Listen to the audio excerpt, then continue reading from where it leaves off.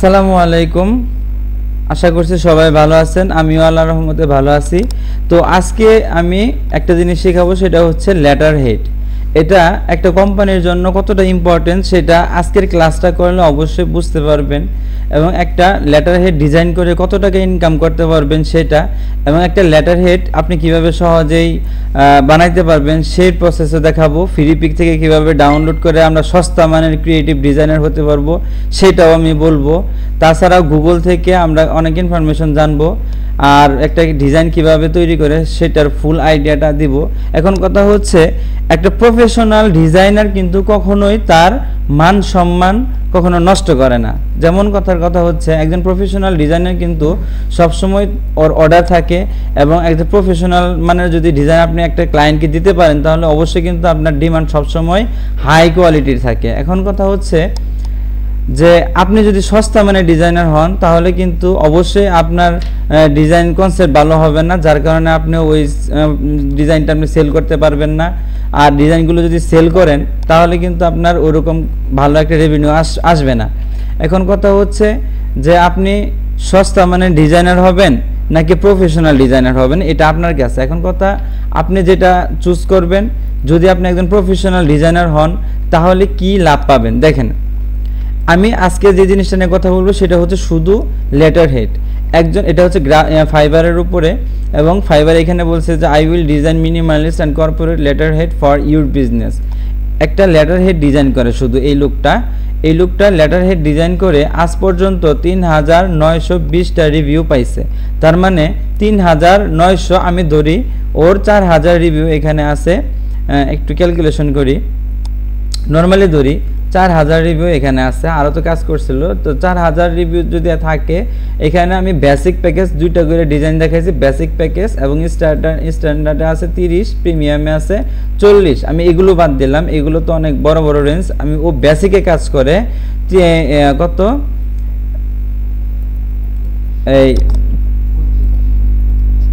ধরি ৩,০০০, যেটা এক্স্যাক্টলি আছে সেটাই ধরি ৩,৯২০টা কাজ করছে। ওরা আমি ধরি গুণন 20, অনলি $25।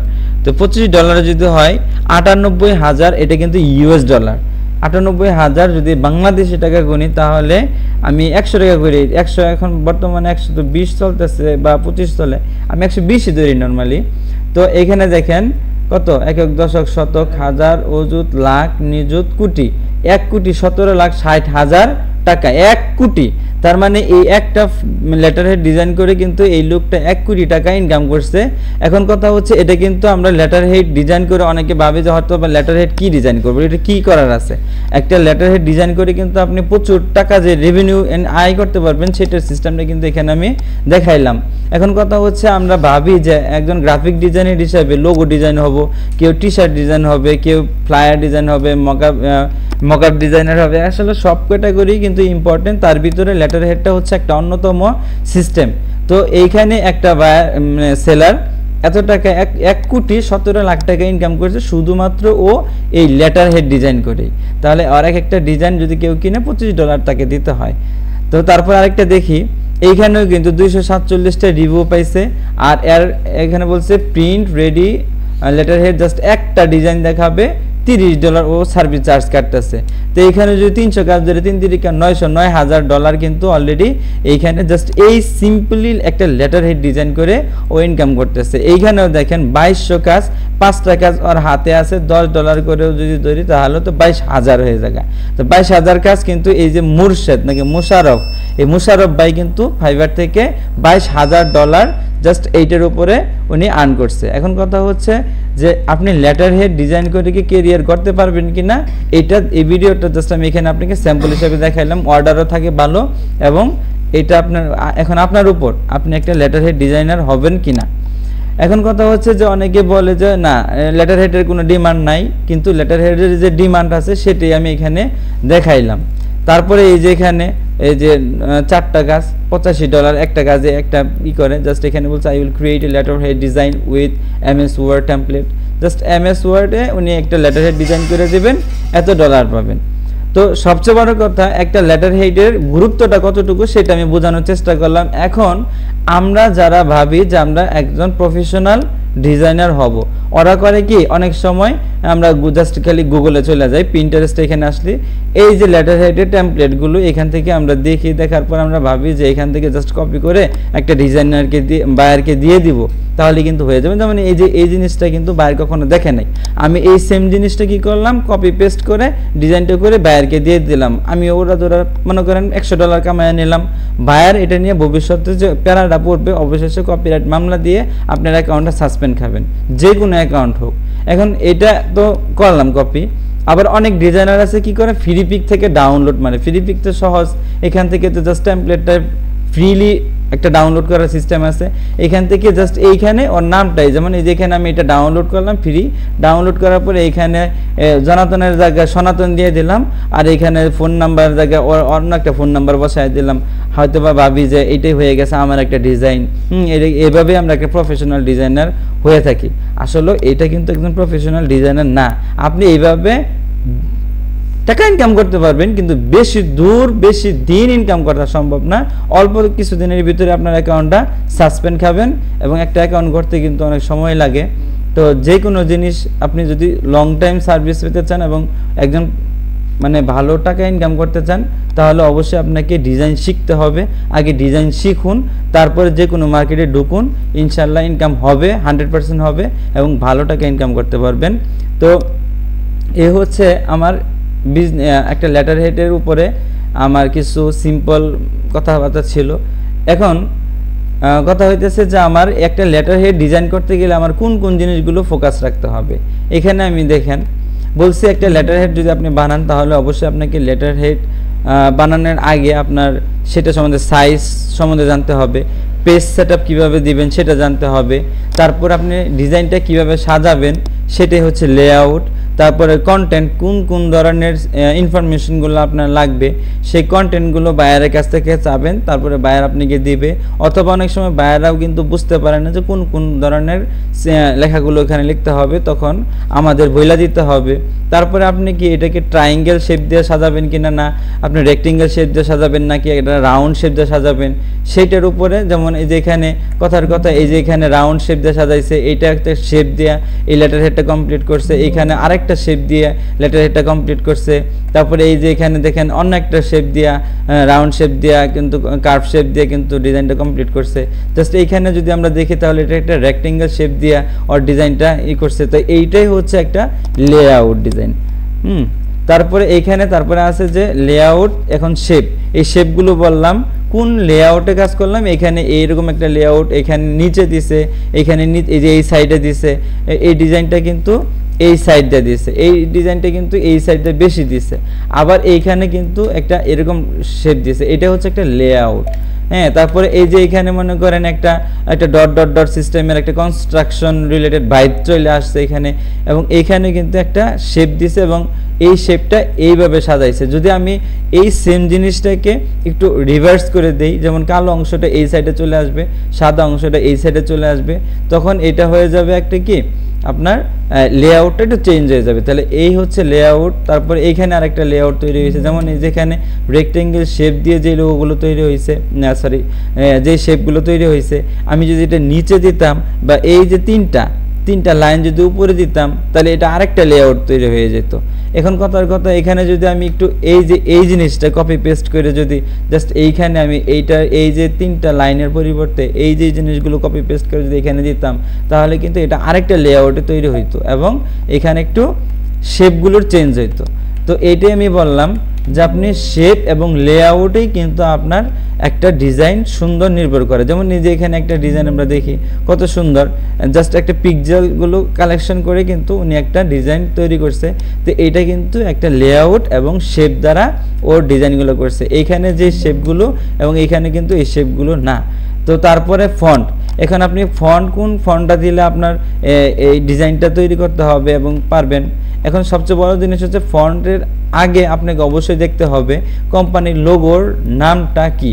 এখানে যদি কোম্পানির লোগোর নাম হচ্ছে, যেমন এখানে একটা কথার কথা একটা লোগো দেওয়া আছে, এখানে যদি আপনার ফন্টটা যদি নেকজা থাকে তাহলে আপনার সমস্ত কাজটা করতে হবে নেকজার উপরে। যদি আপনি এখানে মন্টসেরাটের উপরে থাকে তাহলে আপনার ডিজাইনটা অবশ্যই মন্টসেরাটের উপরে থাকবে। যদি এখানে আপনার এথনোসেন্ট্রিক ফন্ট থাকে তাহলে আপনাকে অবশ্যই এথনোসেন্ট্রিক ফন্টে কাজ করতে হবে। যেমন এই যে এখানে কথার কথা আমি একটু দেখাই। একটা ডিজাইন নিয়ে আলোচনা করতে গেলে কিন্তু ফুলফিল প্রফেশনাল ডিজাইনার হওয়ার জন্য কিন্তু আমাদের অনেক কিছুই মাথায় রাখতে হয়। তো এই জন্য একটু ডিটেলস আলোচনাটাই করা লাগে, তো অনেকে বিরক্ত হবেন। যেমন এই যে এখানে ফন্টটা যদি কথার কথা এটা হচ্ছে একটা কোম্পানির মাস্টারপিস মাল্টিমিডিয়া, এটা হচ্ছে আমাদের ইউটিউব চ্যানেল। তো আমাদের ইউটিউব চ্যানেলটা অবশ্যই আপনারা লাইক কমেন্ট শেয়ারের মাধ্যমে সাথেই থাকবেন, এবং আমাদের ভিডিওগুলো দেখে যদি ভালো লাগে তাহলে অবশ্যই লাইক দিবেন আর পাশে থাকবেন। ইনশাল্লাহ আমি একজন প্রফেশনাল ডিজাইনার তৈরি করতে পারবো, এটা আমার আত্মবিশ্বাস। তো যাই হোক, আমরা যদি এইখানে এথনোসেন্ট্রিক ফন্ট দেই, ধরেন এটা একটা ফন্ট, যদি কোম্পানির লোগোটা এই ফন্টে থাকতো তাহলে এই যে ভিতরে যে ইনফরমেশনগুলো অবশ্যই আমার এই ফন্টে দিতে হবে। যদি এখানে কথার কথা এই যে এরকম ফন্ট থাকতো তাহলে ভিতরে লেখাগুলো কিন্তু আমার অবশ্যই এরকম দেওয়া যাবে না, কারণ এরকম ফন্ট দিলে কিন্তু ভিতরে লেখাগুলো আসলে অন্যরকম হয়ে যাবে। এই ক্যাটাগরির সেরা ফাটা বা চোখা এই ফন্টগুলো যদি আমরা ইউজ করি তাহলে কিন্তু হবে না, এটা ইউজ করে না। নর্মালি আমাদের ভিতরের ইনফরমেশনগুলো মন্টসেরাট বা নেকজা বা লেটো এই ধরনের ফন্টগুলো বেশি যায়, তাহমা ফন্ট। তো আমি যেটা বলতে চাইলাম, এই যে এই ফন্টটা যদি এখানে ব্যবহার করতো, আমি জাস্ট ইউজ করার চেষ্টা করব, হ্যাঁ, যে এই ধরনের একটু সিমিলার রাখার চেষ্টা করব, তাহলে কিন্তু একটা কোম্পানির ব্র্যান্ডিং এটার উপরে নির্ভর করে। তো আপনি অবশ্যই শেপ নিয়ে শেপ ফন্টগুলো ম্যাচিং রাখার চেষ্টা করবেন।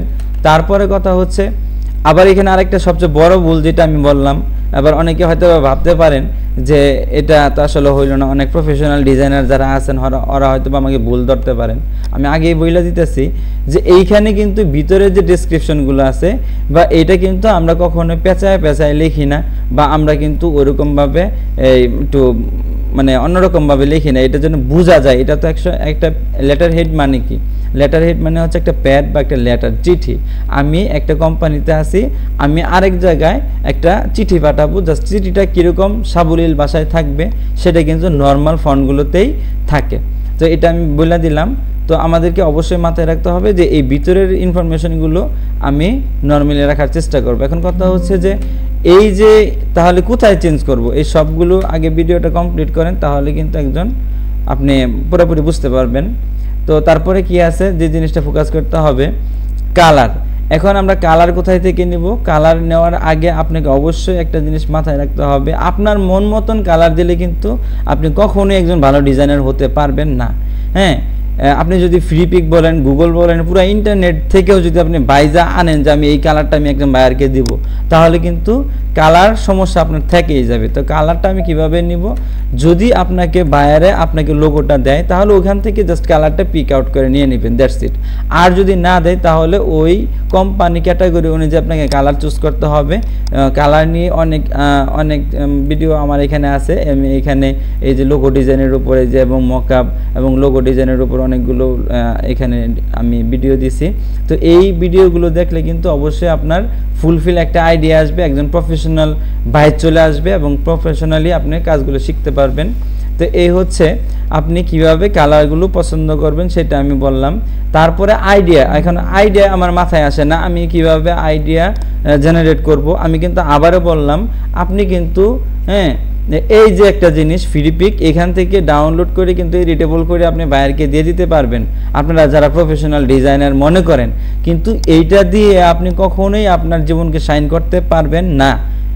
তো আপনাকে অবশ্যই ডিজাইন শিখতে হবে। তো যাই হোক, এখানে তারপরে বললাম কালার। এখন কালারটা কিভাবে তাহলে নিলাম এটা বললাম অলরেডি। আইডিয়াস আমার মাথায় আসে না, আপনাকে অবশ্যই আগে thousands of designs you will have to see. First of all you will have to research.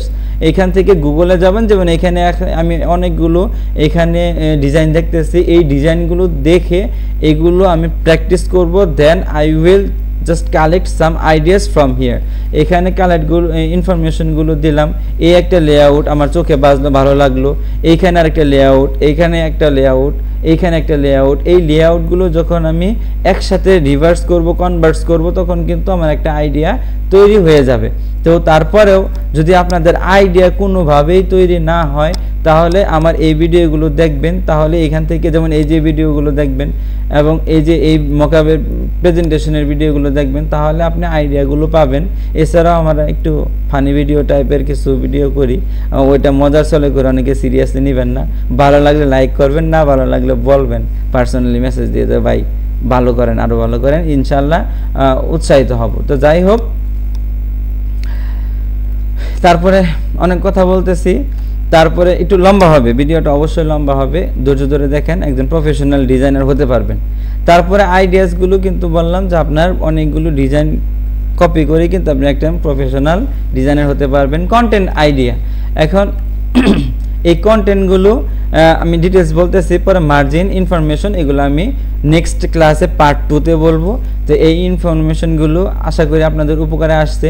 তো এই বাকি নেক্সট পার্ট 2 একটু সাজানো গোছানো আমি দিতেছি একটু পরেই ইনশাল্লাহ। তো আপনাদের যদি এই ক্লাসটা ভালো লাগে এবং একজন প্রফেশনাল ডিজাইনার হয়ে এতগুলো টাকা ইনকাম করতে চান, তাহলে লেটার হেড সম্বন্ধে আপনি ভালোভাবে রিসার্চ করেন এবং একজন প্রফেশনাল লেটার হেড ডিজাইনার হন, তাহলেই আপনি আপনার জীবনকে শাইন করতে পারবেন। হ্যাঁ, তো ইনশাল্লাহ আমার জন্য দোয়া করবেন এবং মাস্টারপিসের সাথেই থাকবেন। That's it. এবং পার্ট 2 এর জন্য কমেন্টস করবেন, ইনশাল্লাহ আমি সবসময় চেষ্টা করব আপনাদেরকে ভালো কিছু দেওয়ার। আসসালামু আলাইকুম।